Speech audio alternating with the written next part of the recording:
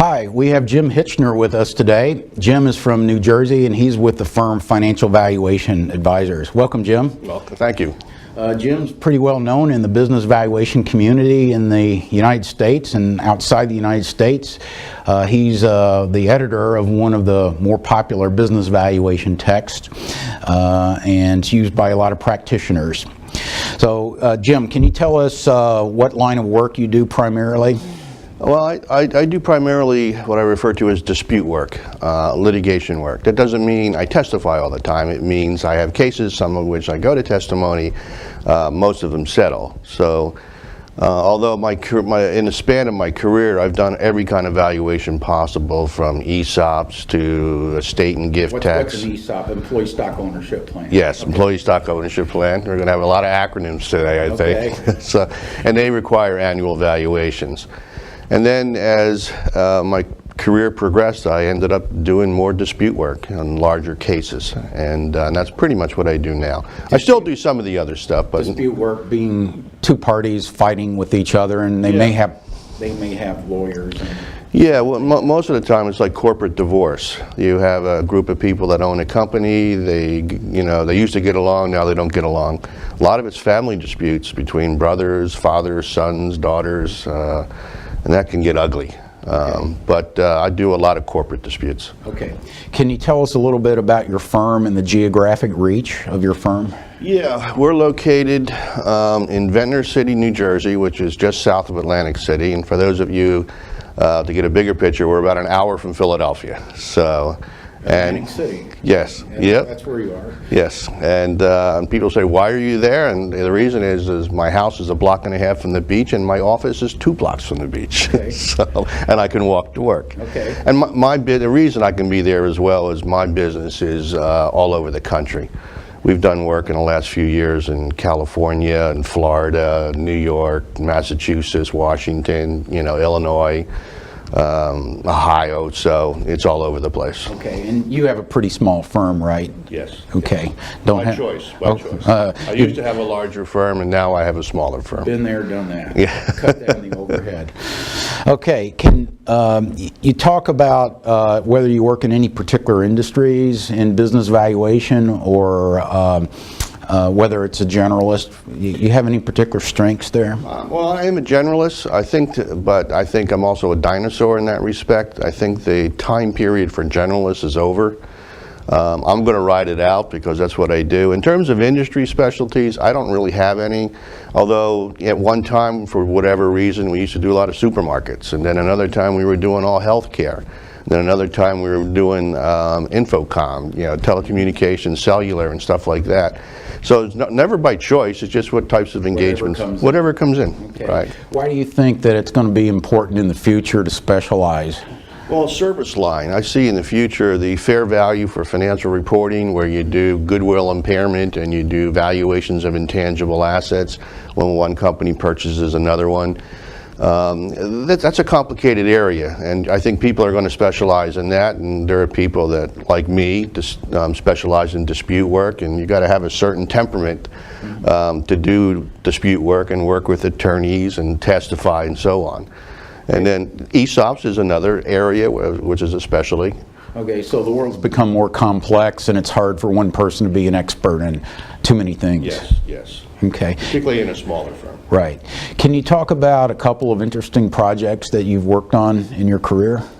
Yeah, there's two that come to mind. One was a pharmaceutical company in England bought a U.S. pharmaceutical company, and we had to do valuations in something like 40 different countries. And doing a valuation, a few years ago in Honduras is not the easiest thing in the world.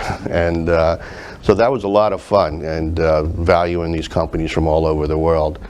And then at one time, I can't name the names, but I used to do a lot of work in the sports area for NFL teams, hockey teams. You're valuing these teams? Yeah, we're valuing the teams, and/or I would assist. There was a group that would bring me in. They had the contacts, and they would bring me in to help with the valuation work. We also did work in terms of feasibility studies on stadiums. Okay. Whether it's a good thing for the government to build these things and take responsibility? Yes. Okay. And can you fill them up? We could have used that for the Marlins Stadium down here in Miami. Any other interesting projects you'd like to mention? Just, you know, every project for me is interesting. Sometimes we'll work in a new industry and we get to learn that industry. Every company's different. I still enjoy talking to the owners of companies, and you know, owners of companies like to do one thing: they like to talk about their company, and it's always a learning experience. And I've been doing this for, you know, decades, and you know, I'm going to be 60 years old, and all I can tell you is I still like my job. Okay. So, well, that's how to live your life, right? Now, when you came out of college, you didn't like specialize in business valuation. You kind of like evolved in your career into business valuation. How did you get interested in this area? well, it wasn't by choice. My undergraduate degree is in civil engineering. Oh, you're an engineer. Yeah, and so, well, that's a lot of math background. Okay. And then I went to work in the construction industry, running construction sites, and then I went into an American appraisal, and in the 1980s, and then I was doing real estate consulting for them, and then I was going to school to get my MBA at night, and then they transferred me into the business valuation department. Then I went to work for Coopers & Lybrand, and my boss said, if you're going to work for me, you got to become a CPA. Okay. So that was a few-year process for me. How many years out of college were you at that point? Probably about 6 or 7 years. Okay, all right. So And I had a family, and yeah, and so it was a rough 6 months preparing for that exam. You never stop learning as a professional. Can you give us some insight from your perspective of the current and future demand for business valuation services? I think it's unknown right now. It's been growing all the time. I think one of the unknowns is in the fair value for financial reporting.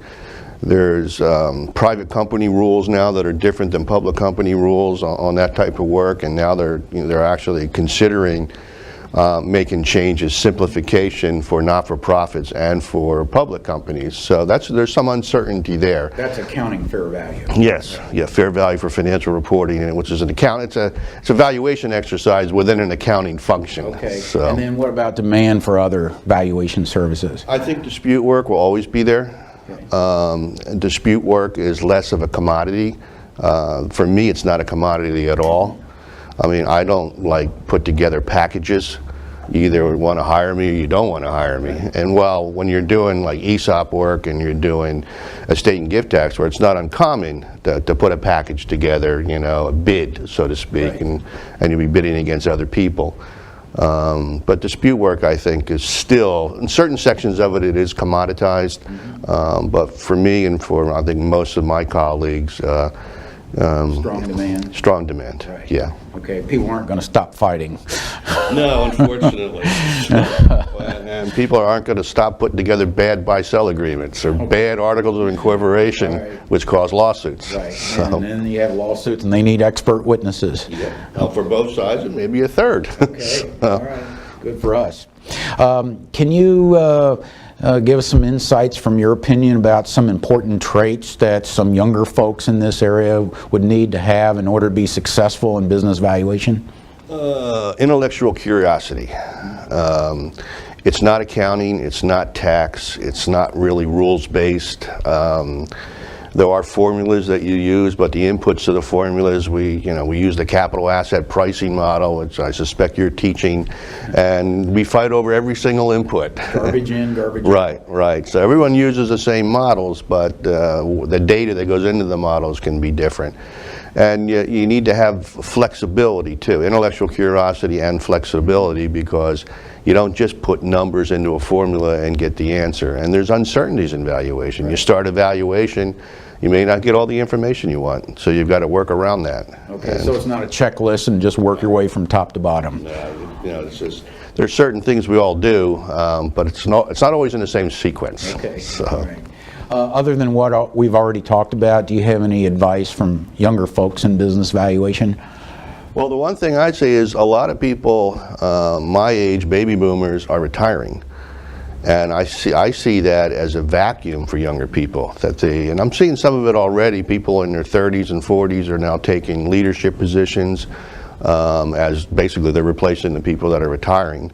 And I have no intentions of retiring right now. I still like, well, I don't know what I'd do with myself. So, but I think there's, yeah, but there, I do that, but there's, I don't want to work as much as I used to, right. But there's opportunity there, and I think for people coming out of school, there's a strong demand, you know, for good quality candidates coming out of undergraduate programs, right, or graduate programs. And they're going to have to keep learning even after getting out of school and going through other training. It's just a never-ending process to keep reading and learning and so on. I think we all travel around with, you know, 4 or 5 journals in our bag that we haven't gotten to yet. Right. I have a big stack on my desk that I'm waiting to get to. Yeah, we're always behind in learning here, which is a fun part of it. Okay, all right, great. Jim, thanks for joining us. Jim Hitchner. Thank you.